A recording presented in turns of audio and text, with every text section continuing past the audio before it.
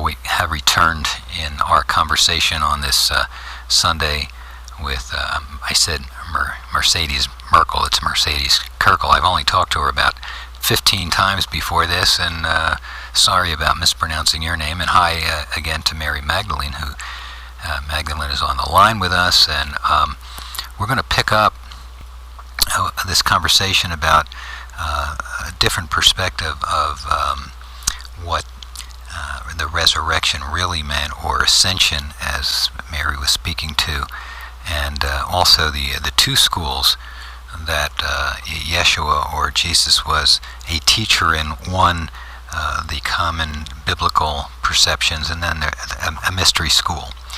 And maybe we start with that, Mary, the mystery school, that no longer seems to be or needs to be a mystery, because that's your teaching, and maybe the teachings of Yeshua through you. And is Yeshua still with us in energetic body or light body as a teacher? Is that dance happening even today? Because you'll hear many people say, now is the time for the Christ to awaken in everybody, for us 7-8 billion human beings on the planet to really wake up to who we are. And maybe you would speak to that in terms of the ascension too. This was always Yeshua's teaching. It was never his teaching that he alone was God or Son of God or anything like that. His teaching was that he was the way shower for what all of us were not only capable of, but moving toward. And this was again another reason for these two schools, because there was a dramatic difference between what the general population was ready for in terms of what they were moving toward, and what a much smaller group of initiates was prepared for. But the teaching that he gave, one of the truest parts of the Bible, is where he said, all this and more shall all of you do. And this was always his point of view. And now it is becoming more understood, and now the general population is understanding this.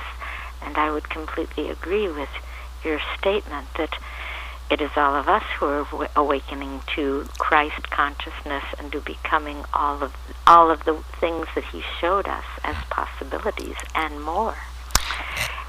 And another question, it's lesser known, the beautiful dance of relationship that you two did at the time, in body, and a lot of, I think, has been suppressed. But coming out now more, and particularly a lot of different writings about Mary Magdalene, some of which may be very valid, and some, who knows, but certainly what I enjoyed in Mercedes' books needs to come to the foreground in consciousness more. And maybe you would speak to the dance that you two did, what your relationship was like in that time, and how the love, the sensuality, the sexuality, the divine gift of that is a doorway to union with each other and the God within. Absolutely. And Yeshua and I were divine lovers, as we always have been and always will be. And of course, we came as that in this lifetime as well.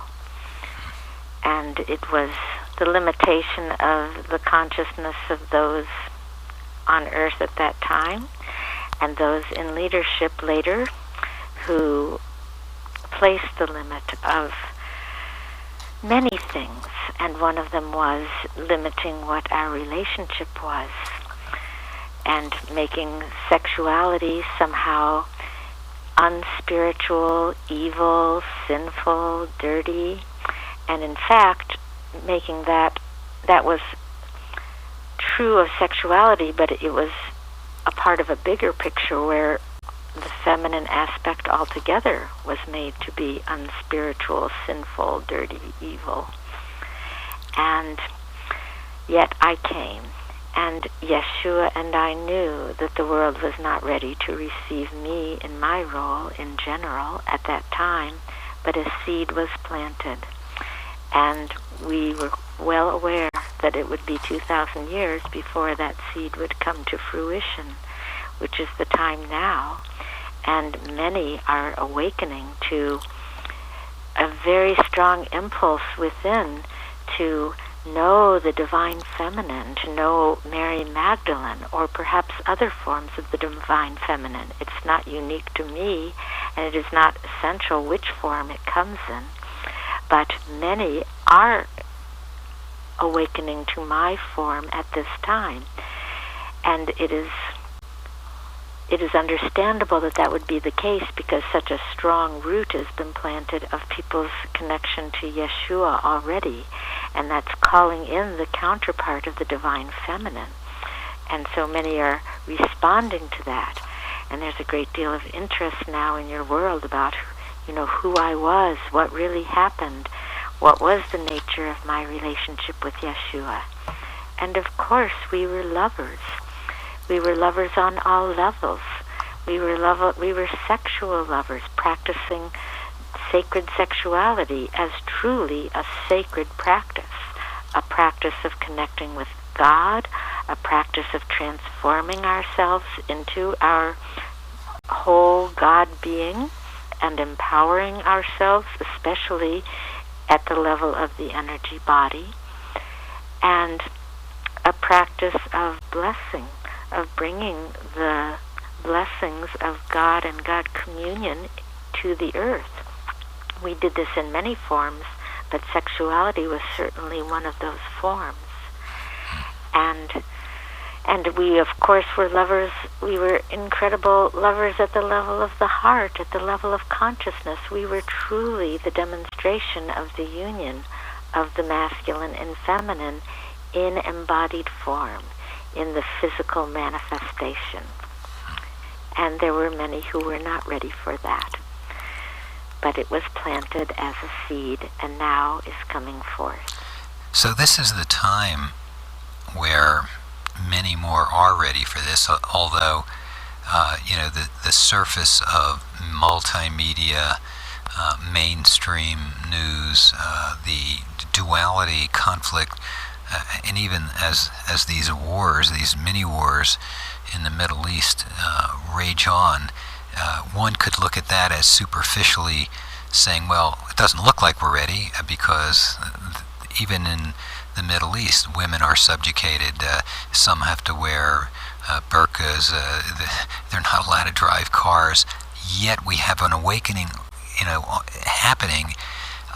Maybe you would address that. And what's, if we look ahead to the timeline of let's say reaching really our true purpose as divine beings, what do you see as the essential steps that we all need to do personally to get in touch with not just the mental aspects, so much is placed on intellect and our capacities to have a better ego experience than somebody else, but really to come into the heart, to our real loving, and even to the extent that our feelings and our ecstasy is deservedly part of the gift of the divine.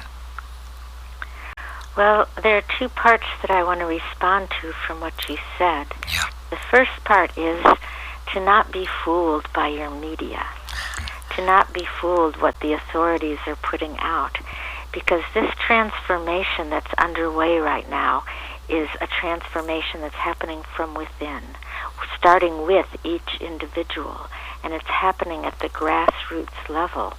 It is not an authoritarian top-down revolution.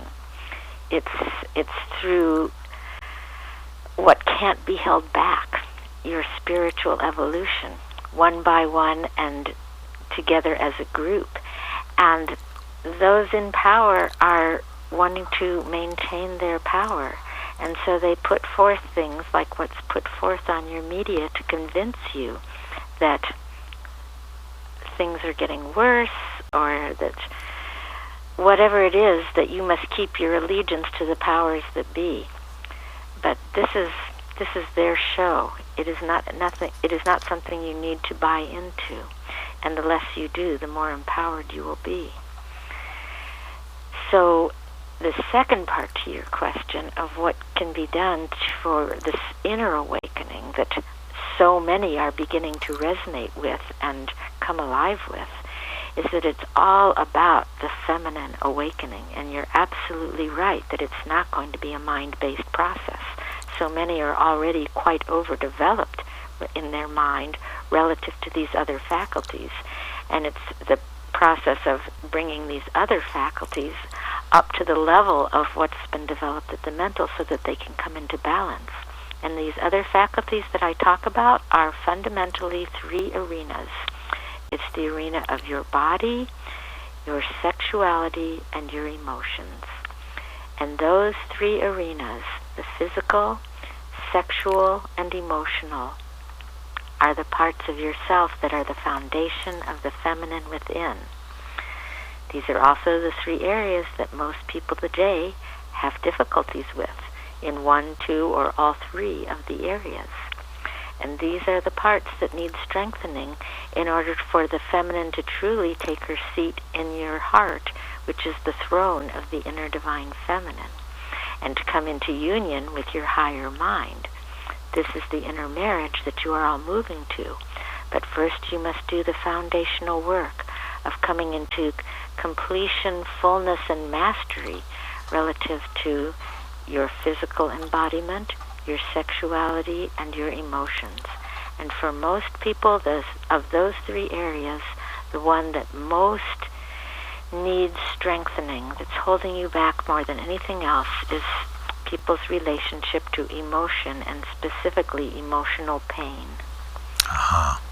Let's take one more break, if we would, here with Mary Magdalene and Mercedes Kirkel here on our special Sunday show this Easter. And